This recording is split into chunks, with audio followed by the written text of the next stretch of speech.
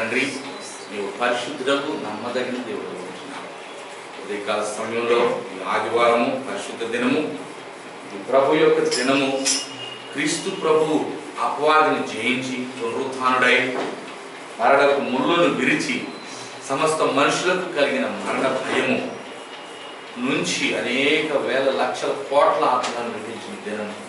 ఈరోజు ఎవరైతే ప్రభువుని అంగీకరించి ఆయన అనుగ్రహించిన వాగ్దానమును స్వీకరించి క్రీస్తు ప్రభు నామమును విశ్వసించి ఉంటారో అట్టి వారు రక్షింపబడి తండ్రి, ఈ పరిశుద్ధ దినమైన ఆదివారం ఈ దీన బిడ్డలమైన మాకు ఫస్ట్ ఇండిపెండెంట్ బాప్టిస్ట్ సంఘంలో అనుగ్రహించి మేము ఉన్నది కొద్ది మందిమైనను నీ కొరకు ఒక్కొక్కరు 1000 మందిగా మేము తయారు చేయండి. చేరిన మీ ప్రియబిడ్డల చెవులను ఆత్మీయ నేత్రములను కూడా తెరవండి. శరీరమును సజీవ యాగంగా మీరు అంగీకరించి మా నోటి మాటలు మా హృదయ జ్ఞానం నీవు నాయన ఆమోదించి చేరిన ప్రతి ఒక్కరిలో శాంతిని, సమాధానం, నిత్య జీవమును కూర్చున్న భరోసా, నిత్యత్వంలో దేవుని ఆనందిస్తామనే సంతోషం, భూమి యందు జీవించిన దినములు ఒంటరిగా లేమని ప్రభువే మాకు తోడుగా ఉన్నాడని, మా రక్షణకర్త అని, మా శరీరములపై తన నీతి వస్త్రమును అనుగ్రహించి ఉన్నాడని, ఈ సర్వాంగ కవచమును మాకు ధరింప చేసి ఉన్నాడని ఈ భక్తులైన వారు నీ యందు ఆనందించి ఒక ధన్యతను దాయిచ్చి నేను బిడ్డనైన నన్ను శిలోత్సాహం మరుగుపరచుకోమా. ఈ మాటల్లో దోషము లేకుండా చేయి. వాక్యానుసారమైన తలపు తండ్రి దేవుని చిత్తానుసారమైన మాటలు నేను మాట్లాడి నీ బిడ్డలను ఆత్మీయంగా బలపరచుటకు, వారి ఆత్మీయ ఆకలి తప్పులు తీర్చుటలో ఆయన కాపరిగా నీవు నియమించిన పనిని నమ్మకంగా కొనసాగించే శక్తిని, కృపను, ఈ జ్ఞాన వివేకములను, పరిశుద్ధతను దయచేయండి. క్రీస్తు ఏ రీతిగా సంఘమును ప్రేమించినాడో అట్టి నీ ప్రేమ మేమును కూడా మీ కాపరులుగా, అందరూ కాయువారుగా ఆయన మేము కలిగి ఉండటకు సహాయం చేసి చోట మరుగుపరిచి తండ్రి పెదవులను ముచ్చి అలనాటి యెషయా పెదవులను నీవు ముచ్చినప్పుడు ఏ రీతిగా నేనున్నాను నన్ను పంపమని అనగలిగి ఉన్నాడు, శుద్ధి పొంది ఉన్నాడు, నీ ప్రజలతో మాట్లాడి సమాధానమునకు కారకుడైనాడు. అట్టి పెదవులను నాకు దయచేయండి. స్తుతులు చేస్తున్నాను. యేసునామమున అడుగుతున్నాము తండ్రి. దయచేసి కూర్చోండి పిల్లరా. దేవుని యొక్క పరిశుద్ధ సన్నిధానంలో పరిశుద్ధ లేఖనాలను మనం ఆధారం చేసుకుని దేవుని వాక్యము మనం నిర్ణయించున్నాం. ఈ వాక్యము ప్రతి ఒక్కరికి ఎంతో అవసరమైనటువంటి వాక్యముగా వచ్చి పిల్లరా, మనం చదివినటువంటి పరిశుద్ధ దావీదు కీర్తనల్లో 145వ అధ్యాయాన్ని మనం ఇప్పుడే చదివి ఉంటున్నాము. ఇందులో ఈ కీర్తనలో ఉన్న ముఖ్యమైన తలంపుని ఒకదాన్ని మీ ముందు ఉంచి త్వరగా సాధ్యమైనంత త్వరగా నేను ముగించాలనేటువంటి ఆశతో ఉంటున్నాను. ఏమిటంటే, రాజువైన నా దేవా నిన్ను ఘనపరచు. రాజు అంటే ఒక దేశానికి తన పరిపాలన చేస్తున్నటువంటి పరిపాలన. ఇక్కడ భక్తుడైన దావీదు ఈ స్తుతి కీర్తన వ్రాస్తూ రాజువైన నా దేవ అంటే దేవుణ్ణి రాజుగా ఆయన గుర్తిస్తూ ఉన్నాడు. రాజు అంటే అధికారము కలిగిన వాడు. ఏ అధికారం అంటే సర్వాధికారము కలిగిన వాడు.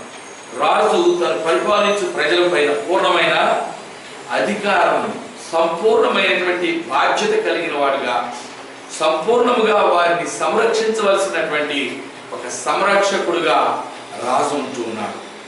రాజుకు ఆ రాజ్యంలో ప్రతి ప్రదేశంలో అధికారం. తాను ప్రవేశింపని స్థలం లేదు, తాను పరిపాలించని ప్రజలు లేరు. ప్రతి ఒక్క కుటుంబం పైన, ప్రతి ఒక్క వ్యక్తి పైన, ప్రతి ప్రభుత్వ వ్యవహారంలో పూర్ణమైనటువంటి అధికారం కలిగిన వాడుగా ఉంటున్నాడు. రాజు అయిన దావీదు తాను రాజుగా ఉండి తండ్రి అయిన దేవుడగు యెహోవాను రాజవైన నా దేవా నిన్ను ఘనపరచుదును అంటూ ఉన్నాడు. పిల్లారా, మన దేవుడైన యెహోవాను మనము ఘనపరచవలసిన వారముగా ఉంటున్నాం. ఆయన ఘనపరచుట వలన ఆయన అనుగ్రహం మన మీద నిలిచి ఉంటుంది. ఆయనను మనం సంతోషింప చేయవలసిన బాధ్యత మన మీద ఉంటుంది. ఆయన చెప్పినటువంటి విధంగా నడుచుకోవలసినటువంటి బాధ్యత. ఆయన పరిపాలకుడు, మనము పరిపాలితులం, పాలింపబడుచున్నవారు. ఆయన కాపరి, మనము గొర్రెలను. ప్రభు అయిన యేసుక్రీస్తు వారు సెలవిచ్చారు, నేను గొర్రెలకు మంచి కాపరి. ఎవరంటే ఆయన గొర్రెలకు ఆయన మంచి కాపరిగా ఉంటున్నాడు. మీరు మౌనం వహించవలసిన అవసరం లేదు. ఏదైనా అడిగినప్పుడు చెప్పవచ్చు, మీ నోరు తెరవచ్చు, తప్పులేదు. దేవుని మందిరము, దేవుని వీళ్ళందరికీ స్వాతంత్ర్యం ఉన్నది. దేవుని విషయాలు అందరూ వాళ్ళ భాగస్థులుగా ఉన్నారు. చూడండి, దేవుడు మనకు రాజుగా ఉన్నాడు, తండ్రి అయిన దేవుడు మనకు అధిపతిగా ఉన్నాడు. ఆయన్ని ఘనపరచవలసినటువంటి బాధ్యత మన పైన ఉంది. ఆయన ఎలా ఘనపరుస్తాము? ఆయనకు లోబడుట వలన. హల్లెలూయా. ఆయన తను పరిపాలించుతున్న సమస్త ప్రజలు ఆయనకి లోబడి ఉండవాలని కోరుచు ఉన్నారు. తాను సెలవిచ్చిన ప్రతి ఆజ్ఞను వారు శిరసావహించాలని, పూర్ణముగా దానిని గౌరవించాలని, ఆయనను తమ రాజుగా వారు ఘనపరచాలని, ఆ విధంగా తన యొక్క పరిపాలనకు వారు ఆమోదముతో నడుచుకోవాలని రాజు కోరుకుంటున్నాడు. అది యెహోవా సంబంధమైన రాజు. కానీ ఈ మనము దావీదు రాజు లోక సంబంధంగా ఇశ్రాయేలు రాజ్యమునకు ఆయన రాజుగా ఉన్నాడు. సంయుక్త రాజ్యం అనగా యూదా రాజ్యము, అలాగే ఇశ్రాయేలు రాజ్యమునకు ఆయన రాజుగా ఉంటున్నాడు. సమస్త యూదులకు ఆయన అధిపతిగా ఉంటున్నాడు. తాను అధిపతి అయి ఉండి కూడా తన పైన దేవుడు ఉన్నాడు అనే విషయాన్ని జ్ఞాపకం ఉంచుకొని, రాజవైన నా దేవా, నేను నిన్ను ఘనపరచు. దేవుని ఘనపరచాలండి. మరి ఆయన అంటున్నాడు, నీ నామమును నిత్యము సన్నుతించరు. దేవుని నామమునట ఎల్లవేళలా, ఎప్పుడంటండి? ఎల్ల వేళలలో రేయింబవళ్ళు ఆయన్ని సేవించవలసిన బాధ్యత ఆయన ప్రజలపై ఉంది. నీ నామమును నిత్యము సన్నుతించరు. ప్రియమైన దేవుని బిడ్డలారా, దావీదు రాజుగా ఉండి తండ్రి అయిన దేవుని రాజుగా ఆయన సంబోధిస్తూ, ఆయనను ఘనపరుస్తూ నిత్యము సన్నుతించదను అని చెప్తూ ఉంటున్నాడు.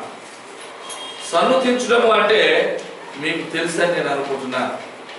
ఏంటి చెప్పండి సన్నుతించడం అంటే? మన అందుకే ఇంగ్లీష్ బైబిల్ కూడా నేను ఇక్కడ ఉంచి ఉన్నాను. ఇందులో సన్నుతించడము అంటే ఇక్కడ అర్థము, మీ దగ్గర ఇంగ్లీష్ బైబిల్ ఇచ్చాను తలా ఒకటి. నేను మీ బైబిల్ మీరు తెచ్చుకోకపోతే మీరు దేవునికి జవాబుదారీ. మీ బైబిల్ మీరు తెచ్చుకోవాలి, తెరిచి ఉంచాలి. అంతేగాని పెట్టేసుకుని కూర్చుంటే ప్రయోజనం ఉంది. తెరిచి చదివినప్పుడు దేవునికి సంతోషము, దేవునికి మహిమ కలుగుతాయి. 145వ కీర్తనలో మొదటి వచనంలోనే ఉన్నది సన్నిధించు. Every day will I bless thee and I will praise thy name forever and ever. Every day ఘనపరచను, అనుదినము నీ నామమును ఘనపరచదు, నిన్ను ఘనపరచను. I will bless thee. ఆయన ఘనమైనటువంటి నామము, అది బ్లెస్డ్ నేమ్, ఘనపరచబడిన నామం. అందుకే ఆయన మనం ఈ భక్తులు ఏమన్నాడు? ఘనపరచదు. I will bless thy name. ఎవరి నామమును ఘనపరచదు. అంతేకాకుండా నీ నామమును నిత్యము సన్నుతించదను. I will praise thy name forever and ever. నిత్యం నిరంతరం కొనసాగుతున్న ఒక ప్రక్రియ, ఎన్నడూ ఆగిపోని ఒక విషయం. నేను నిత్యము ఘనపరచాలి, నిత్యము సన్నుతించాలి. 2వ వచనం, అనుదినము నేను నిన్ను స్తుతించదను. మళ్ళా దాన్ని రిపీట్ చేస్తున్నాడు, నిత్యము నీ నామమును స్తుతించదను. ఏమైనా దేవుని పెట్టాను. మనం దేవుడు నిజంగా ఘనపరుస్తున్నామా? మన ప్రవర్తనను బట్టి, మన చర్యలను బట్టి, మన ఆలోచన విధానాలను బట్టి, మనము చేపట్టిన ప్రతి కార్యంలో దేవునికి అది మహిమ తీసుకుని వస్తుందా, రావడం లేదా? మనం ఆలోచించే ఆలోచన వల్ల దేవునికి మహిమ కలుగుతున్నదా, ఆయన పరిశుద్ధ నామం స్తుతింపబడుతున్నదా లేదా అనే విషయాన్ని మనం మనస్కరించవలసిన అవసరం ఎంతైనా ఉంది. చాలా మంది ఇష్టానుసారం తలంచుకుంటూ ఉంటారు, ఇష్టానుసారం మాట్లాడుకుంటూ ఉంటారు, ఇష్టానుసారము ఏవేవో ప్రణాళికలు సిద్ధపరచుకుంటారు. కానీ దేవుని యొక్క ఆలోచనే నిత్యము స్థిరపరచబడుతుంది. మనుషులు తనకు తానుగా ఆలోచించిన ఆలోచన విఫలమైపోతుంది. దేవుని సహాయం లేదే మానవ తలంపు స్థిరపరచబడదు అని మనం తెలుసుకుంటున్నాం. అయితే పిల్లారా, దేవుని గణపరచవలసినటువంటి ఆయన వాక్యమును మనం ధ్యానించడం వలన, ఆయనకి ఇష్టమైన విషయాలు ఏమిటో మనం తెలుసుకోవడం వలన, ఆయన ధర్మశాస్త్రమును గైకొనడం వలన, నిరంతరము దాని యందు ఆసక్తి కలిగి ధ్యానించున్నది వలన దేవుని యొక్క ధర్మశాస్త్ర విషయములు మనకు ఎంతో ధైర్యమును నీతిని కలుగ చేస్తాయి. ఆయన మనకు ఆశ్రయం అనే సంగతి జ్ఞాపకం చేస్తాయి. ఆయనే మనకు దుర్గము, ఎత్తైన కొండ అని, మనని ఎదిరించే అపవాది ఎంత మాత్రము మనని ఓడింపచాలడని, ప్రభు అయిన యేసుక్రీస్తు ఏ రీతిగా శోధింపబడ్డ అరణ్యంలో కొనిపోబడినప్పటికీ అక్కడ కొనుక్కోబడిన తరువాత ప్రభు అయిన యేసు దేవుని శ్రేష్ఠ వాక్య సత్యాలను, అపవాది గారికి కొంత లేఖన సత్యాలు తెలిసినప్పటికీ సంపూర్ణమైనటువంటి లేఖనం తానే అయి ఉన్నాడు. ఆయనే జీవవాక్యం అయి ఉన్నాడు. ఆయనే దేవుని నోట నుండి బయలువెడల ఒక మహత్తు కలిగిన మాటగా ప్రభు అయిన యేసుక్రీస్తు వారు ఉన్నారు. ఆయన లేకుండా కలిగినదేమీ కలుగలేదు. ఆయన ఆది నుండి ఉన్నవాడు కనుక దేవుని యొక్క మాట ధర్మశాస్త్రము, అది నీతి మరి వచనము, ప్రవక్తలు పలికినటువంటి నిబద్ధతతో కూడిన మాటగా ఉన్నది. కనుక దేవుని వాక్యమును ఎరిగిన వారు దేవుని ఘనపరచుటకు ఎల్లప్పుడూ సంసిద్ధంగా ఉంటారు. కనుక దేవుని వాక్యం ధ్యానించవలసిన బాధ్యత, దేవునిని వెదకవలసినటువంటి ఆవశ్యకత, ఇవన్నీ కూడా దేవుని మరి బిడ్డల పైన దేవుడు ఉంచుకున్నాడు. అంతేకాదు, కుమారుని ముద్దు పెట్టుకొని లేని ఎడలైన కోపించును అని చెప్పబడుతున్నది. కుమారుని ముద్దు పెట్టుకోవడం అంటే ఏంటి చెప్పండి? ఒకనొక స్త్రీ నూతన నిబంధనలో ఉన్నది. ఆమె విలువైనటువంటి అత్తరును మరి అత్తరు గుడ్డిని, అది ఎంతో వెలగలిగినటువంటిది, 400 దేనారాల కంటే ఎక్కువైన వెలగలిగినటువంటిది. ఆ దినాల్లో 400 దేనారాలు అంటే చాలా విలువైనటువంటిది. మరి 1 సంవత్సరం పాటు ఒక వ్యక్తి సంపాదించే ఒక మరి ఆదాయముగా ఉంటుంది. అటువంటి విలువైన అత్తరు గుడ్డిని ఆ స్త్రీ ప్రభువును ప్రేమించింది. తన విస్తారమైన పాపములు క్షమించిన ప్రభు కంటే మరి ఎవరికి దానిని వెచ్చించుట తగదు అనుకున్నది. కాబట్టి ఆయన వద్దకు వచ్చి నీళ్లు కారుస్తూ ఆ గుడ్డిని పగులుకొట్టి ఆయన పాదాలపై పోసి ఆ అత్తరు ఆ వాసన ప్రాంతమంతా ఉమాలిస్తున్న తరుణంలో తన విలువైనటువంటి పూలతో అనగా వెంట్రుకలతో ప్రభు యొక్క పాదములను శుద్ధి చేసి కన్నీళ్లు కారుస్తూనే మరొక పని చేసింది. హల్లెలూయా. ఆయన పాదములను ఏం చేసింది? ముద్దు పెట్టుకొని చూడండి. హల్లెలూయా. యేసు ప్రభు వారిని ముద్దు పెట్టుకోవడం పిల్ల మనకెంతో అవసరమైనటువంటి విషయం. యేసు ప్రభు వారి యొక్క పాదముల యొక్క కూర్చుంది మరి యొక్క స్త్రీ, ఆమె మరియా. ఆమేన్. మార్తా మరియాను అక్క చెల్లెలు ఉన్నారు, వారి సహోదరుని లాజరు ఉన్నారు. మార్తా అనేకమైన పనులు పెట్టుకొని మరి విస్తారమైన పనులు తనకు పెట్టుకున్నది, కానీ అనవసరమైనటువంటి వాటిని ఆమె అన్నింటినీ మెడకు చుట్టుకొని ఉన్నది. కానీ మరియా మరి శ్రేష్టమైన దాన్ని ఎన్నుకున్నట్టు ప్రభు ప్రశంసించారు. ఆమె ఏం చేసిందంట? మరియా ప్రభు పాదముల మీద కూర్చుండి ఆయన బోధను వినుచూ ఉండెను. హల్లెలూయా.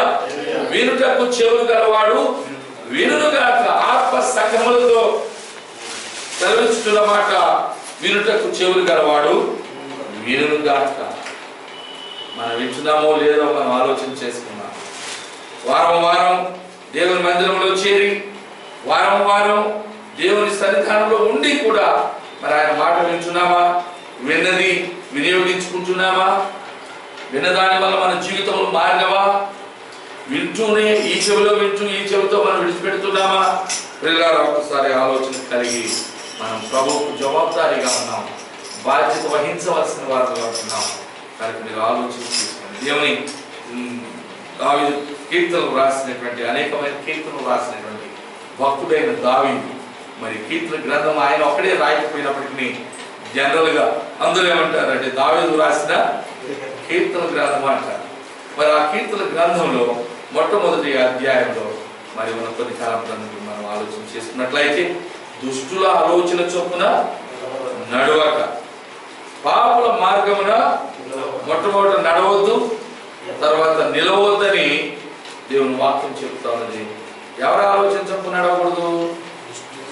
దుష్టుల ఆలోచన చొప్పున మనం నడవకూడదు. పాపుల మార్గంలో మనం నిలిస్తే కూర్చోమంటారు. కూర్చుంటే మనం వారు చేసిన పనిలో మనం భాగం పుచ్చుకోవాల్సి ఉంటుంది. వారు త్రాగుతుంటే మనము త్రాగవలసి ఉంటుంది. దుష్టుడు ఎవడైనా వచ్చి మనతో ఉంటే మనం ఆ దుష్టత్వంలో పాలిభాగం మనకు లేకపోయినా ఆ దుష్టుడు మనతో నిలిచి ఉన్నందువల్ల మనం కూడా నేరగాళ్ళ వలె పరిగణించబడతాం. చేయని నేరానికి శిక్ష అనుభవిస్తాం. కనుక దుష్టుల ఆలోచన చొప్పున నడవక, పాపుల మార్గంలో నిలవబడక, అపహాసకులు కూర్చుండు చోటను, అపహాసకులు కూర్చొని పేపర్ చదువుతారు. పేపర్ చదివిన తర్వాత ఏమొస్తాయి? రాజకీయం వస్తుంది. రాజకీయంలో పనికిమాలిన ప్రసంగాలు ఎన్నో వచ్చేస్తాం. వాటన్నింటిలో మనం ఉన్నట్లయితే వారు చేసిన ప్రతి పాపాన్ని మనం కూడా పంచుకోవాల్సి వస్తుంది. వారు చేసిన శిక్షార్హమైన పనికి మనం కూడా అందులో శిక్షను పొందవలసిన పరిస్థితి వస్తుంది. అట్లా చేయకుండా మరి ఎట్లా చేయాలంట? దేవుని వాక్యం చెప్తాం. దుష్టుల ఆలోచన చొప్పున నడవక, పాపుల మార్గంలో నిలవక, అపహాసకులు కూర్చుండు చోటను. అపహాస్యం ఎవరు చేస్తారండి? తమ స్వాధీనంలో లేని వారు, మద్యమును సేవించినటువంటి వారు, మాదక ద్రవ్యమును అలవర్చుకున్నటువంటి వారు, వదరుబోతులు, నీతి న్యాయములను పరిగణనలోనికి తీసుకోకుండా పశుప్రాయుల వలె వ్యవహరించేవారు అందరూ కూడా మరి వారు అపహాసకులుగా పరిగణింపబడుతున్నారు. ప్రభుత్వాన్ని లెక్క చేయరు, అధికారులకు లోబడరు, చట్టాన్ని గౌరవించరు, దేవుని మందిరములకు రారు, దేవునికి తమ ద్రవ్యంలో పాలు ఎవరు 10వ భాగం చెల్లించరు. కొంతమంది ఈ విధమైనటువంటి వ్యక్తులతో ఎక్కువ ఉత్సాహంగా గడుపుతూ ఉంటారు సమయం. అది వ్యర్థం చేసుకుంటున్నారని గమనించాలని నేను తెలియజేస్తుంటున్నాను. అటు వారు అపహాస్యమైపోతారు, వారితో పాటు శిక్షను అనుభవిస్తారు. దుష్టులను, దేవుని ఎరగని వారును వారు పాతాళములకు దిగిపోవదురు అని పరిశుద్ధ లేఖనము హెచ్చరిస్తుంది. ఈ దుష్టుల ఆలోచన చొప్పున నడిచేవారు అపహాస్యం పాలైపోయి, బ్రతుకులు బుగ్గిపాలైపోయి, ఒట్టి చేతులతో నిలవబడి అపవాది గాని యొక్క శిక్ష విధింపబడి అగ్ని కుండమనేటువంటి స్థలంలోకి వారు నెట్టివేయబడతారు. కనుక దుష్టుల ఆలోచన చొప్పున మనం నడవకూడదు. పాపుల మార్గమున. ఎవరండి పాపులు? పరిశుద్ధపరచబడుటకు ఇష్టం లేని వారు, నీతిమంతుడైన దేవుని అంగీకరించిన వారు, దేవుని ప్రియకుమారుడు క్రీస్తు నామమును బట్టి విశ్వాసం ఉంచి ఆయన దేవుడని ప్రభు అని నోటితో ఒప్పుకొని చనిపోయిన వారిలో నుండి ప్రభువును తండ్రి అయిన దేవుడు లేపి ఉన్నాడని వారు విశ్వసించరు. అట్టి అవిశ్వాసులు పాపులుగా పరిగణింపబడుతున్నారు. ఇటు పాపుల మార్గమున మనం నిలవకూడదని దేవుని పరిశుద్ధ లేఖనము తెలియచేస్తూ ఉంటున్నది.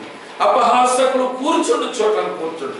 ఎవరైతే దుష్టత్వంలోను, ఎవరైతే పాపంలోను తమ బ్రతుకును వ్యర్థపరుచుకుంటారో అటు వారు అపహాసకులుగా తయారైపోయి అంధకార క్రియలను చేపట్టి వారుగా, ఈ లోకంలో భయము భక్తి లేనటువంటి వారుగా, విశ్వాసం లేనటువంటి వారుగా, నీతి నియమములు లేనటువంటి వారుగా, తల్లిదండ్రులకు లోబడినటువంటి వారుగా, అక్రమ కార్యములు చేసేటటువంటి వారుగా, అన్యాయములకు ఒడిగట్టు వారుగా, మనుషులు ఎదుట ఒకటి, మనుషులు లేనప్పుడు ఒకటి మాట్లాడేవారుగా, ఆ విధంగా ద్వంద్వ ప్రమాణాలకు తమను తాము అప్పగించుకున్న వారుగా వారు అయిపోతారు.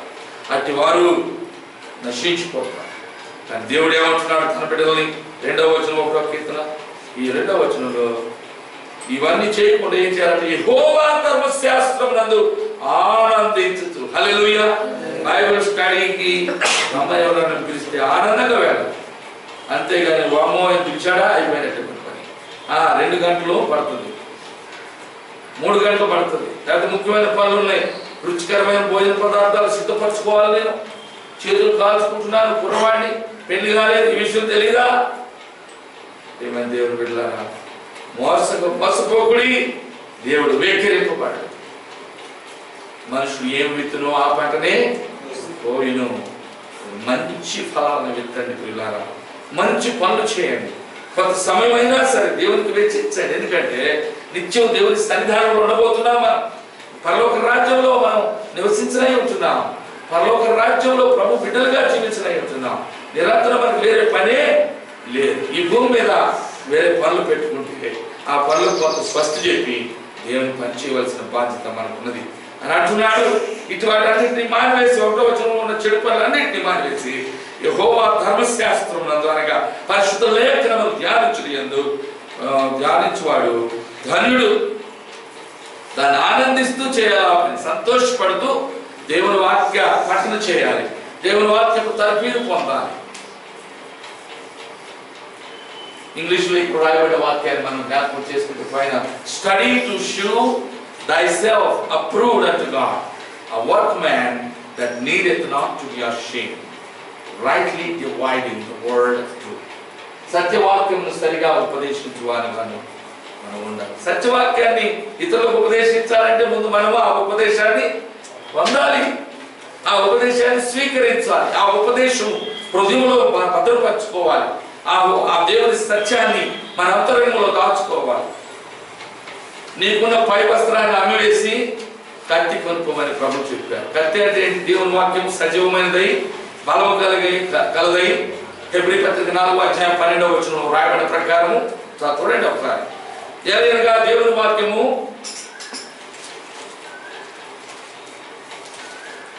ఫస్ట్ తీయాలి త్వరగా.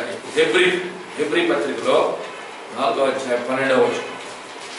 ఏదైనా దేవుని వాక్యము బహు బలము కలిగినదై, ఎందుకనగా దేవుని వాక్యము సజీవమైనదై బలము కలిగినటువంటిదై రెండంచులు గల ఎటువంటి ఖడ్గము కంటే వాడిగా ఉండి ప్రాణాత్మలను కీళ్లను మూలుగను విభజించునంత మట్టుకు దూర్చు హృదయం యొక్క తలంపులను ఆలోచనలను శోధించు ఉన్నది. హల్లెలూయా.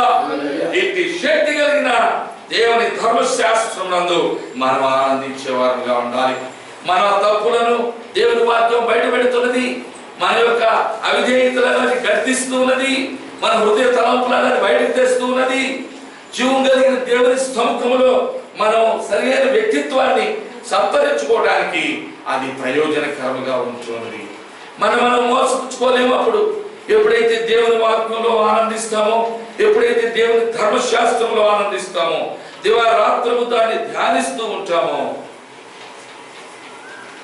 ఎప్పుడైతే ఈ విధంగా దేవునితో అంటుకట్టబడి ఆయన సజీవమైన వాక్యంతో మనము సచేతనులుగా ఉంటామో, శక్తి సంపన్నులుగా మారిపోతామో, ఎప్పుడైతే ధర్మశాస్త్రంలో మనకు ఆనందం కలుగుతున్నదో, ఎప్పుడైతే హృదయపూర్వకమైనటువంటి ఆదరణ, ఆనందము, నిత్య జీవమును గురించిన భరోసా మనలో కలుగుతూ ఉందో, అప్పుడు దేవుడు మన యందు ఆనందించేవాడై ఉంటాడు.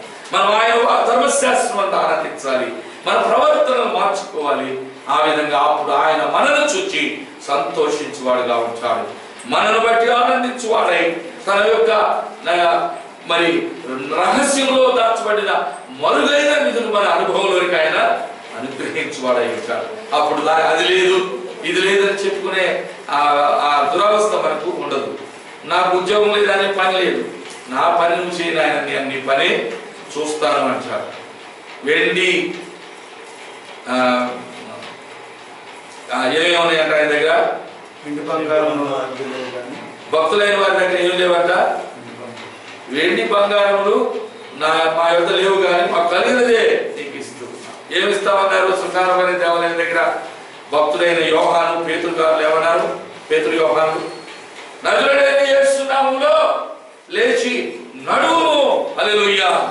పడిపోయిన వారిని లేవనెత్తే శక్తి వారికి ఉంటుంది.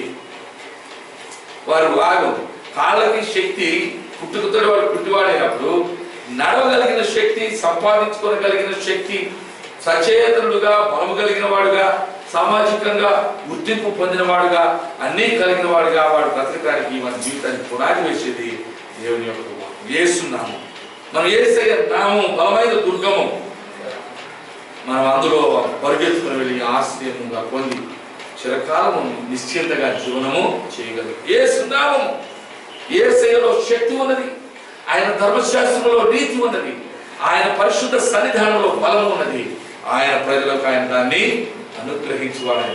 బుద్ధి విజ్ఞాన సర్వ సంపదలు ఆయన యందు గుప్తమైనవి, మర్మముగా, రహస్యముగా, కంటికి కనబడనవిగా ఉండి కూడా లేనట్లే ఉంటున్నాం. హల్లెలూయా. అందుకే పరిశుద్ధులైన పౌలు గారు అంటారు, మంటి గర్భములలో మహిమైశ్వర్యము మాకు కలదు. హల్లెలూయా. కుడి ఎడమ నీతి ఆయుధములను మేము ధరించుకున్న వారముగా ఉంటున్నాం. We are not defenseless. We have the Lord to be our defender. He fights for us. He fights our battles. He will undo the powers of darkness. తన చీకటి శక్తులను, అంధకార శక్తులను లయపరిచేవాడుగా ఆయన ఉంటున్నాడు. He will heal our sick bodies. He will fill our treasuries with all treasures. Amen. మన యొక్క ఎండిపోయినటువంటి మన బ్రతుకులలో మరి ఆయన మరి వాడిపోయిన ముఖార విందములలో చిరునవ్వులు ఆయన అనుగ్రహించువాడిగా ఉంటున్నాడు.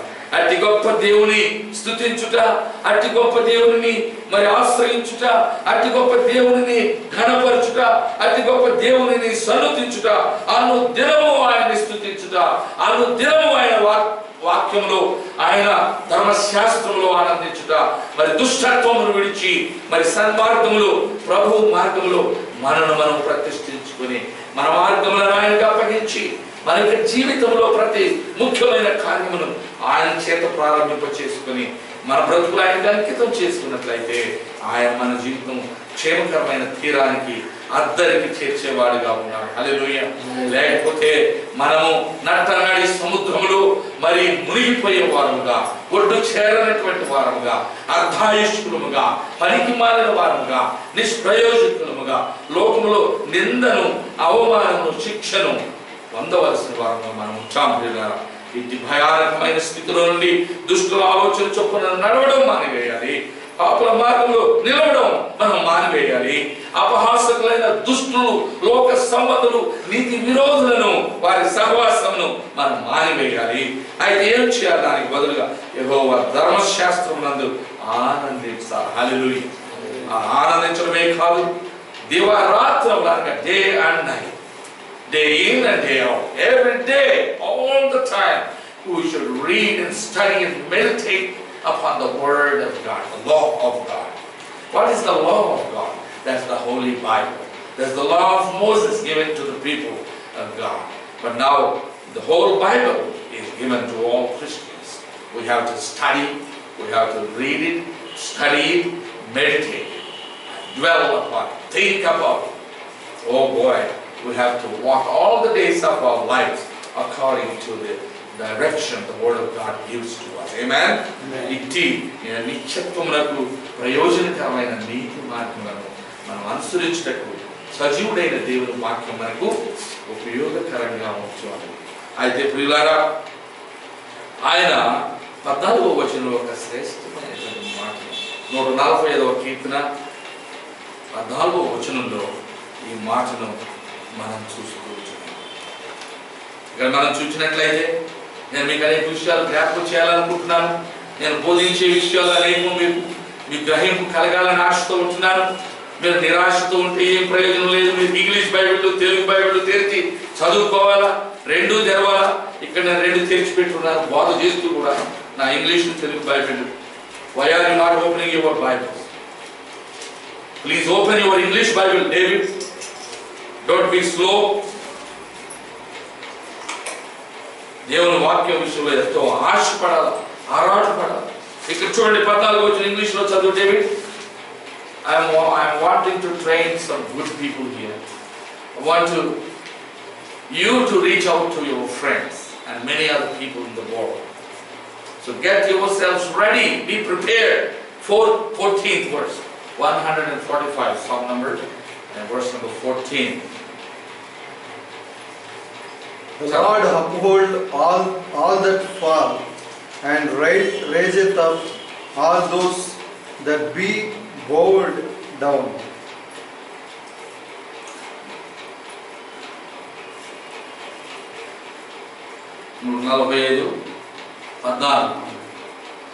The Lord upholdeth all that fall, and raiseth up all those that be bowed down. తెలుగులో ఏముంది? యెహోవా పడిపోవు వారిని అందరినీ ఉద్ధరించువాడు, కురిగిపోయిన వారిని అందరినీ లేవనెత్తువాడు. ప్రియమైన సహోదరి సహోదరుడా, ఒకవేళ నువ్వు పడిపోయి ఉన్నావేమో, ఒకవేళ నువ్వు కురిగిపోయి ఉన్నావేమో,